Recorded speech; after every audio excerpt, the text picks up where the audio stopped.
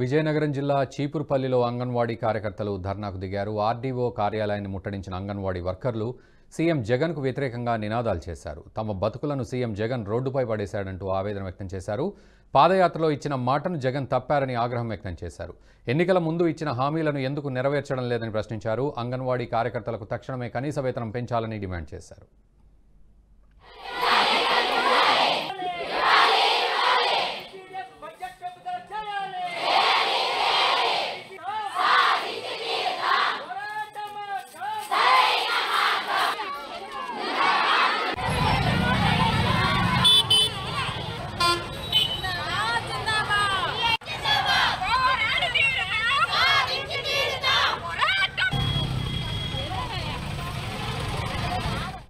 ఈ వీడియో మీకు నచ్చినట్టయితే లైక్ చేయండి, 10 మందికి షేర్ చేయండి. అలాగే కామెంట్ల రూపంలో మీ అభిప్రాయాలను మాతో పంచుకోండి. Nationalist hub group of channels ను సబ్స్క్రైబ్ చేసుకుని తెలుగునాట జాతీయవాద జర్నలిజాన్ని ప్రోత్సహించండి. ఈ వీడియో కింద ఉన్న బెల్ ఐకాన్ పై క్లిక్ చేయడం మర్చిపోవద్దు.